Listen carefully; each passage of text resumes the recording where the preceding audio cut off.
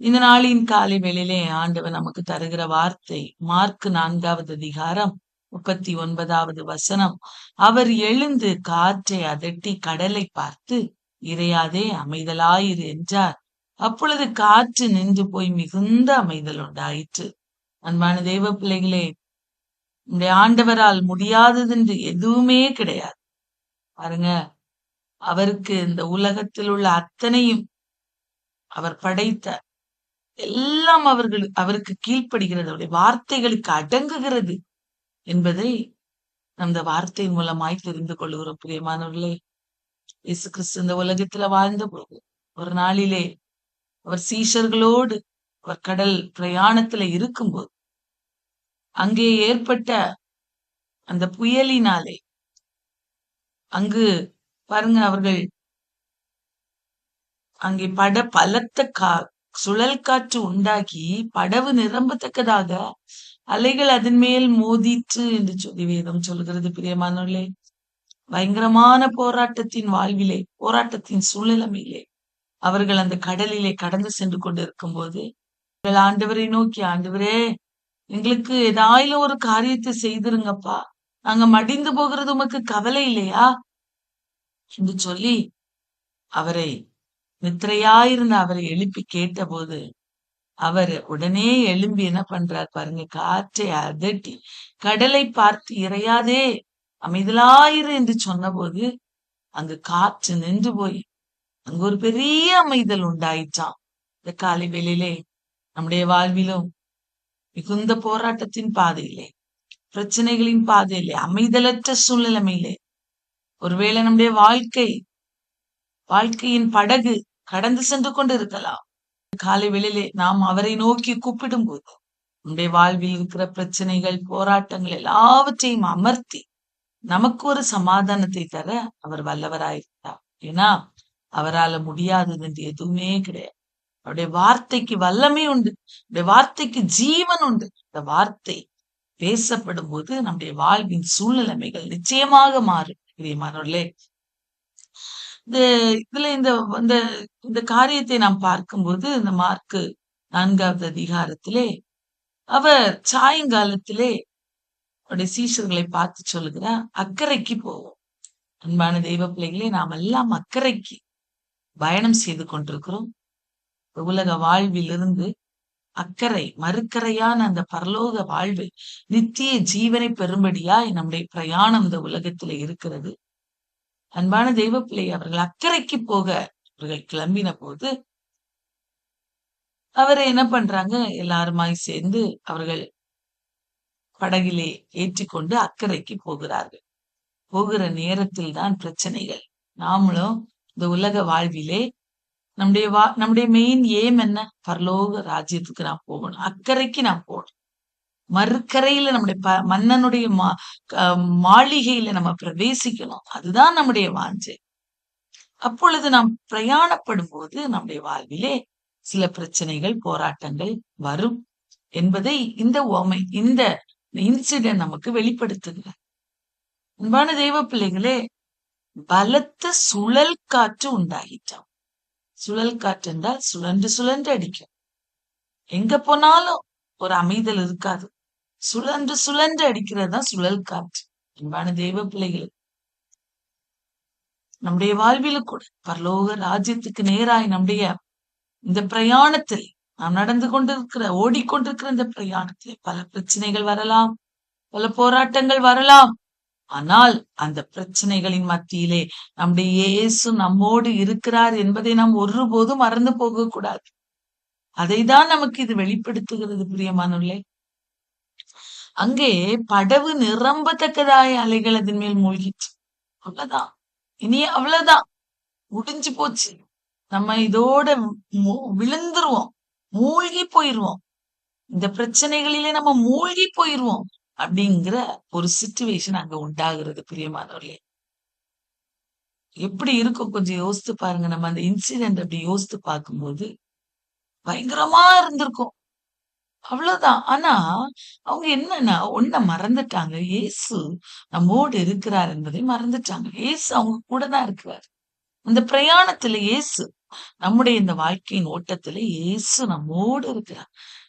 நாம தான் அவருடைய ஆலயம் சொல்லிட்டார். நம்முடைய இருதயத்துல அவர் வாசம் பண்ணி கொண்டிருக்கிறார். நம்ம அநேக நேரங்களில பிரச்சனைகள், போராட்டங்கள் வரும்போது மறந்து போய் விடுகிறோம். பாருங்க, மறந்து போய் விடுகிறோம்.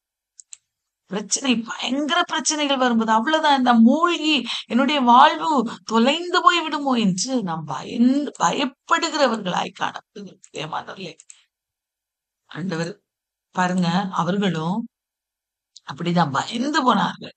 அந்நேரத்துலதான் அவர்களுக்கு ஞாபகம் வருகிறது, இயேசு நம்மோடு இருக்கிறார். நம்முடைய வாழ்வில சில நேரங்களில ஆண்டவர் இருக்கிறதை மறந்து போய் விடுகிறோம்.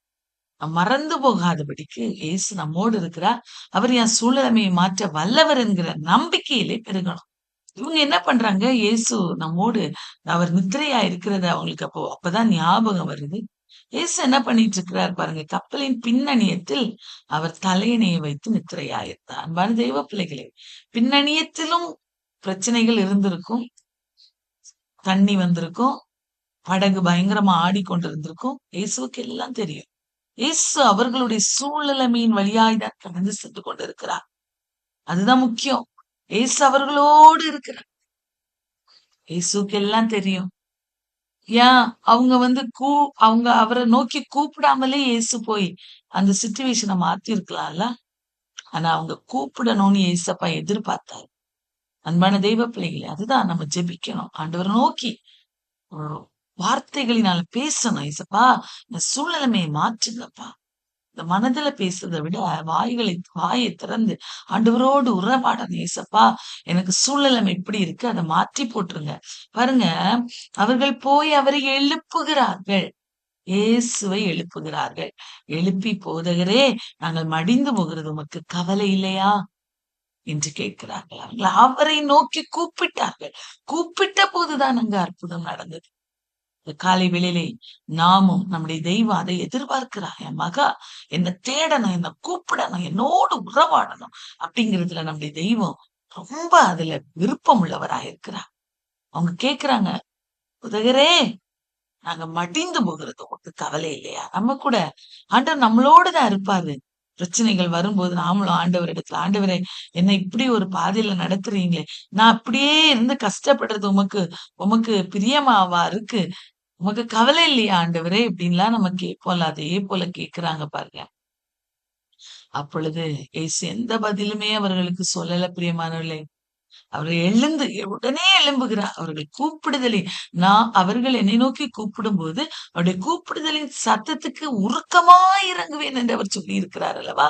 அவர்களுடைய கூப்பிடுதலின் சத்தம் கேட்ட உடனே நான் மறு உத்தரவு கொடுப்பேன் என்று சொல்லி இருக்கிறார் அல்லவா? எழும்பி நின்று அவர்களுக்காக காற்றை அதட்டி அவர்களுக்காக எழுந்த இந்த காலை வேளையிலே நமக்காக எழும்ப நம்முடைய தெய்வம் நம்மோடு இருக்கிறார். பிரியமானவர்களே, நம்ம அவரை கூப்பிடணும். அவரை தொந்தரப்படுத்திட்டே இருக்கணும். அவரை அமர்ந்திருக்க விடக்கூடாது. ஏசாயால வாசிக்கிறோம், அவரை அமர்ந்திருக்க விடாதிருங்கள். அவர் நமக்கு இரக்கம் செய்கிற வரைக்கும் அவரை கூப்பிட்டுக்கிட்டே இருக்கணும். ஆண்டவரே, இறங்குங்கப்பா, என் பிரச்சனையை மாற்றுங்கப்பா, எழுப்புங்கப்பா, எனக்காக எழுந்தருளுங்க என்று சொல்லி கூப்பிடணும். அவர் எழுந்து காற்றை அதட்டி கடலை பார்த்து, இறையாதே அமைதலாயிரு என்றார். பாருங்க, சூழ்நிலைமை முற்றிலும் அவருடைய கண்ட்ரோலுக்கு கொண்டு வரார் பாருங்க. இந்த காலை வேளையிலே நம்முடைய சூழ்நிலைமை எப்பேற்பட்டதா இருந்தாலும் நம்முடைய சூழ்நிலைமையை அவருடைய கண்ட்ரோலுக்கு கொண்டு வந்து அதை தலைகீழாக மாற்றி ஒரு அமைதலை கொடுக்க இந்த காலை வேளையில நம்முடைய இயேசு நம்மோடு இருக்கிறார். நம்ம கூப்பிடணும் அவரை. அவர் மேல விசுவாசத்தை பலப்படுத்தணும். பிரியமானவர்களே, அப்படி சொன்ன உடனே என்னாச்சு பாருங்க, காற்று நின்று போய் மிகுந்த அமைதல் உண்டாயிற்று. இந்த காலை வேளையிலே பிரச்சனைகள், போராட்டங்களின் வழியாய் கடந்து செல்கிறீர்களா? இந்த காலை வேளையிலே ஆண்டவர் சொல்கிறார், உனக்கு நான் ஒரு சமாதானத்தை கொடுத்து உனக்கு ஒரு அமைதல் இந்த நாளிலே நான் தரப்போகிறேன் என்று அவர் வாக்கு கொடுக்கிறார். கொடுத்துச்சு அடுத்து வாராரு பாருங்க. பிரச்சனையின் மத்தியில உனக்கு ஏன் விசுவாசம் இல்ல, நீ ஏன் பயப்பட்டாலும் ஆண்டவர் கேட்கல. முதல்ல சூழ்நிலைமையை அவர் சரி பண்ணுகிறார். அவர்களுடைய பிரச்சனையை சரி பண்ணி காம் பண்ணுகிறார், அமைதல் படுத்துகிறார். அதன் பின்பு அவர் சொல்லி கொடுக்கிறார், நீங்க ஏன் பயப்பட்டீங்க? நான் உங்களோடு தானே இருந்தேன், ஏன் பயப்பட்டீர்கள்? ஏன் இப்படி பயப்பட்டீர்கள்? இவ்வளவு அழகான வார்த்தை பாரு.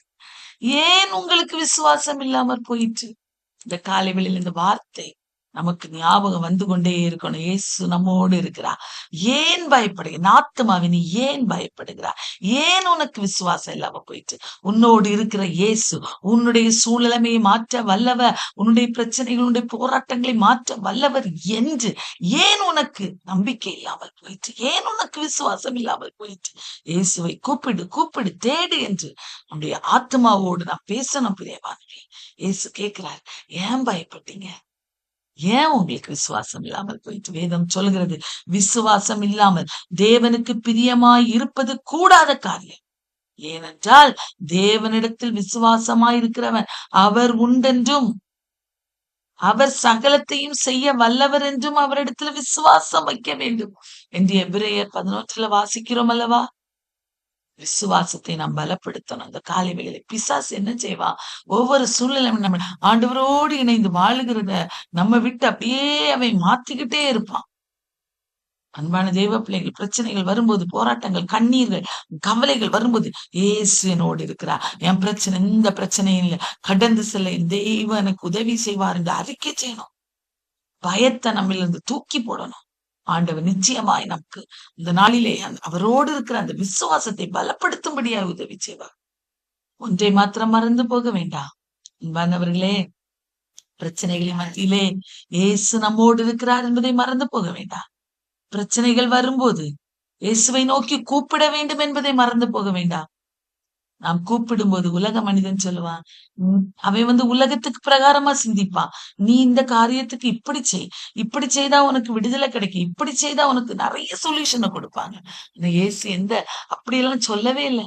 நீ இப்படி உன் வாழ்க்கையை மாற்றி அமை, நீ ஆண்டவரை கூப்பிடு, அவர் மேல விசுவாசத்தை வை. அப்படியெல்லாம் ஃபர்ஸ்ட் அவர் சொல்லல. முதல்ல அவருடைய பிரச்சனைகளை மாற்றினா, சூழ்நிலைமைகளை மாற்றினா. பிரச்சனைகளின் வழியா என் பிள்ளைகள் கடந்து போயிட்டு இருக்காங்க. அந்த பிரச்சனையிலிருந்து முதலாவது நான் ஒரு அமைதி அவர்களுக்கு கொடுத்து அவருடைய விசுவாசத்தை நான் பலப்படுத்த போகிறேன் என்று ஆண்டவர் எழுந்து நின்றார் அல்லவா? இந்த காலை வேளையில அதே இயேசு நம்மோடு இருக்கிறார். நம்முடைய பிரச்சனைகளின் மத்தியில எழுந்து நின்று நமக்காய் அவர் உதவி செய்ய வல்லவர். ஆகவே பயங்களை நம்மை விட்டு தூக்கி எறிவோம். அவர் மேலுள்ள விசுவாசத்தை நாம் பலப்படுத்துவோம். ஏசு நம்ம பார்த்து சொல்லுகிற இந்த வார்த்தைகள் நம்முடைய காதுகளிலே தொனிக்கட்டும். நீங்க ஏன் பயப்பட்டீங்க? நான் உங்க கூட தானே இருக்கிறேன். ஏன் உங்களுக்கு விசுவாசம் இல்லாம போயிட்டு? இந்த வார்த்தைகள் இந்த நாள் முழுவதும் நம்முடைய வாழ்விலே தொனிக்கட்டும் பிரியமானவர்களே. அன்பான தேவ பிள்ளைகளே, அவைகள் நம்முடைய வாழ்விலே தொனிக்கும் போது ஆண்டவர் நிச்சயமாய் இந்த நாளிலே ஒரு அமைதலை நமக்கு தருவார். விசுவாசிப்போம். ஆண்டவருடைய வார்த்தை ஜீவன் உள்ளது, அது பலன் உள்ளது. இன்றைக்கு இந்த வார்த்தையை ஆண்டவர் நமக்கு தந்திருக்கிறார் என்றால் நம்முடைய வாழ்விலே ஏதோ செய்ய போகிறார் என்கிற விசுவாசம் நம்ம இதை பெருகட்டும். ஆண்டவர் நிச்சயமாய் பெரிய காரியங்களை நம்முடைய வாழ்விலே செய்வார். நம்ம எல்லாரும்